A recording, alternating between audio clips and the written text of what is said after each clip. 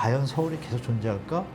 서울의 이제 장점이 사라질 수 있는 시기가 점점 오는 거죠. 네. 지금의 강남이 영원히 강남일까? 강남뽕이라 해야 되나? 네. 그래서 이제 좀 탈피하는 시기가 좀 다가오고 있다. 제 친구들도 다시 강북 갈까 그러더라고요. 그거 똑똑한 분들이에요. 실제로 강남에서 넘어오고 계세요. 아하.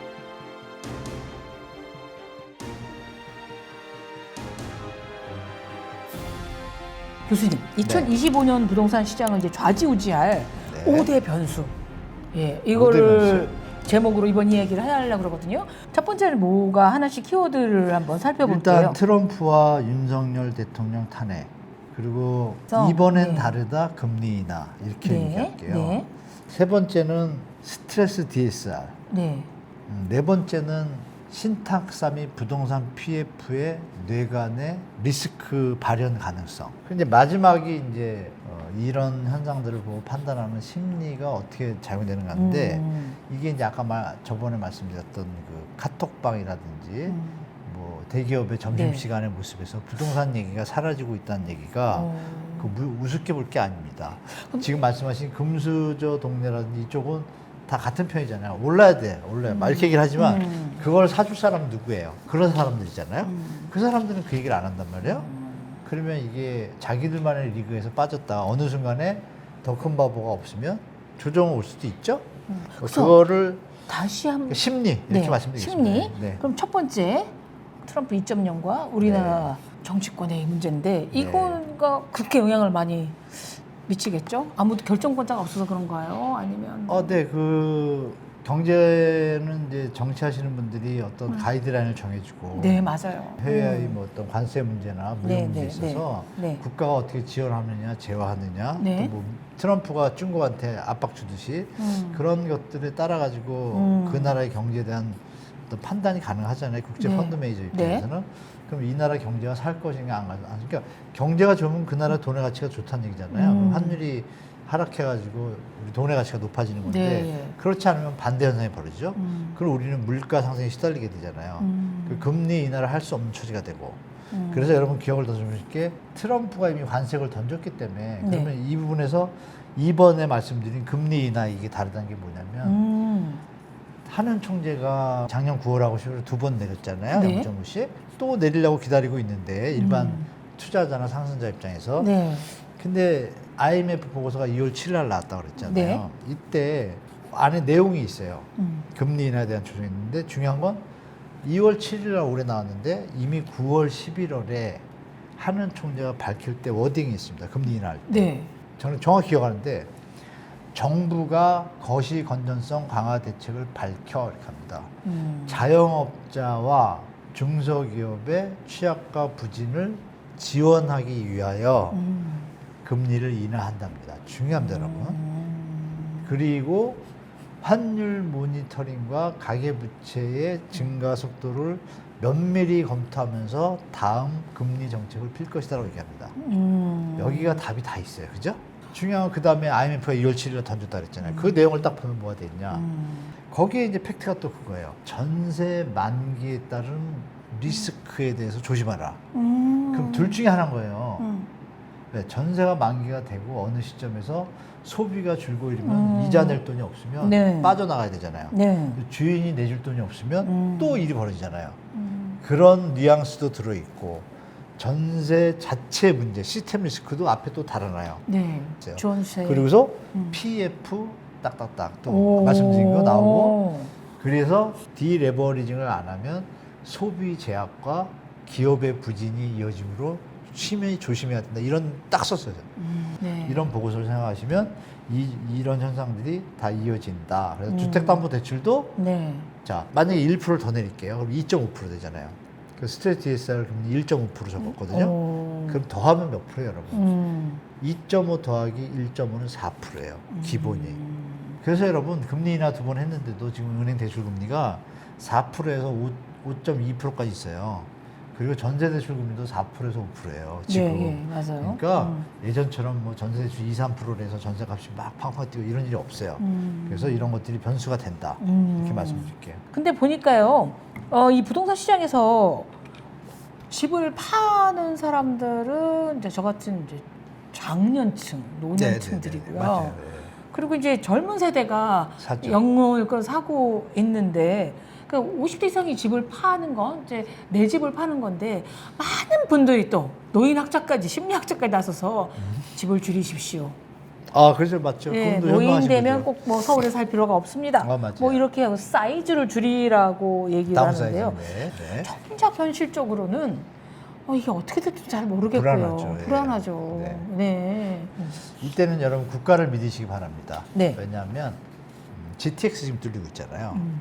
GTX 칸 중에 한 칸을 아니면 반 칸 정도 긴급 의료 칸으로 두면 어떻게 될까요? 어머.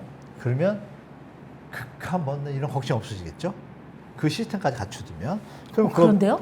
119 부를 필요도 없이 그거 타고 좀 네, 가셔서 거업 시스템 그냥 그 관제소에서 바로 모셔서 딱 태워서 딱 갈 수 있잖아요. 예. 시간 맞춰가지고 예. 또 엄청 정확하잖아요. 예. 수술 준비도 미리 다 할 수 있고. 그러니까 예.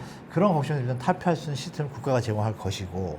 근데 중요한 건 그 GTX가 돈이 많이 들잖아요. 드는데 여러분 기억 더듬어 보시면 몇 조예요. 뭐 4조, 6조 뭐 이러잖아요. 하나 넣는데. 네. 그러면 어느 라인에 가서 많은 사람 수를 계산하면 지금 뭐 효용성이 없으니 뭐 이러잖아요.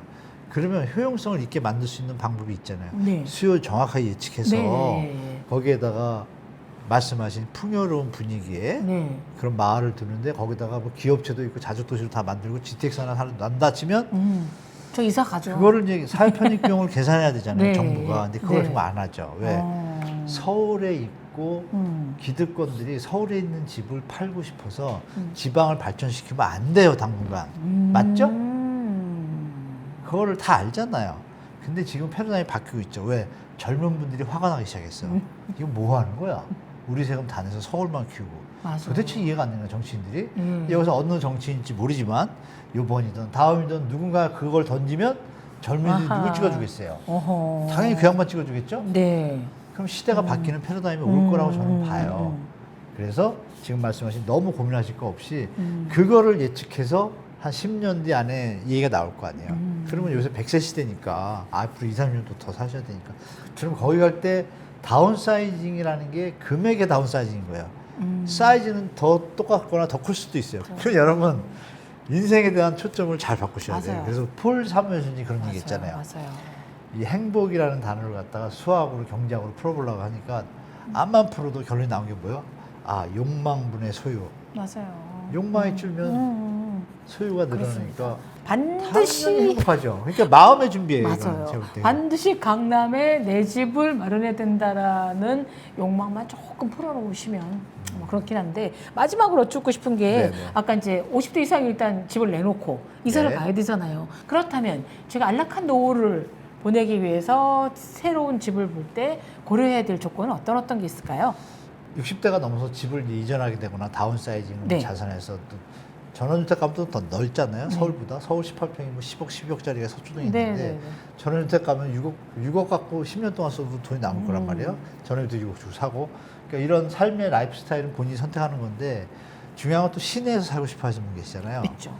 근데 이제 초고층 얘기 요새 많이 나오잖아요. 네. 근데 그 초고층 아파트를 왜 피하시냐면 여러분 이 얘기를 드릴게요. 압구정 현대가 오세훈 시장이 한강 르네상스 이어가지고 이번에 또 70층 막 던졌을 때 네. 주민들이 반대했잖아요. 90%가. 신기하죠? 조합원 투표했는데 반대를 했어요. 예. 초고층을 선호하는 분들은 어떤 분들이냐면 살려고 하는 게 아니라 초고층 지어서 팔아먹고 나오려는 분들이 아. 사인을 많이 해요. 근데 압구정에 계신 분들은 아시겠지만 다 부자들이잖아요. 네. 팔고 갈 데가 없잖아요. 그러니까 거기서 사는 게 최고야. 그럼요. 마무리 병원도 네, 가고. 네.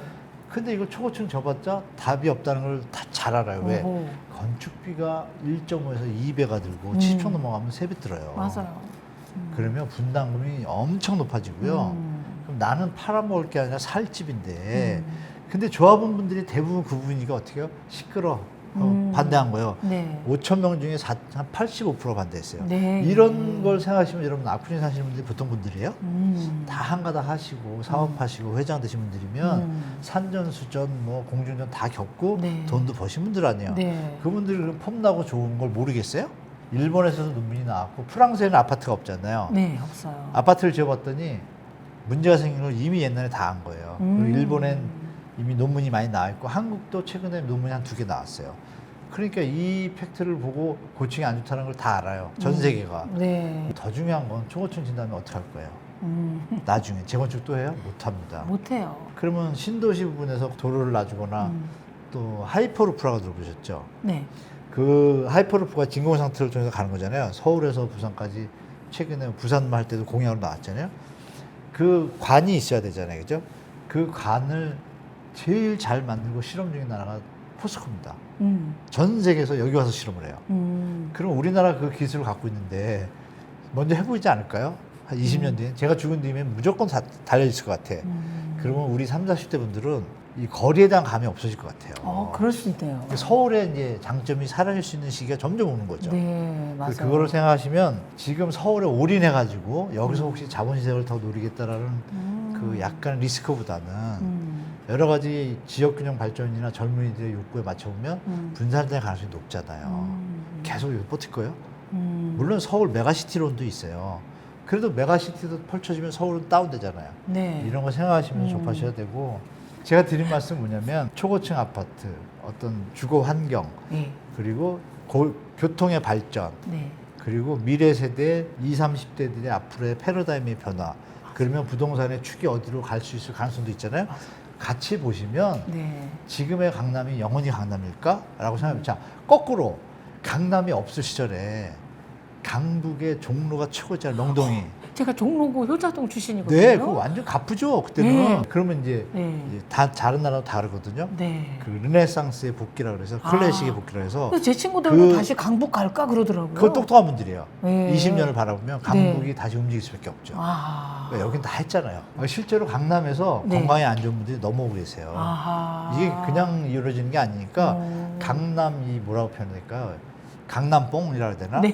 여기서 이제 좀 탈피하는 시기가 좀 다가오고 있다.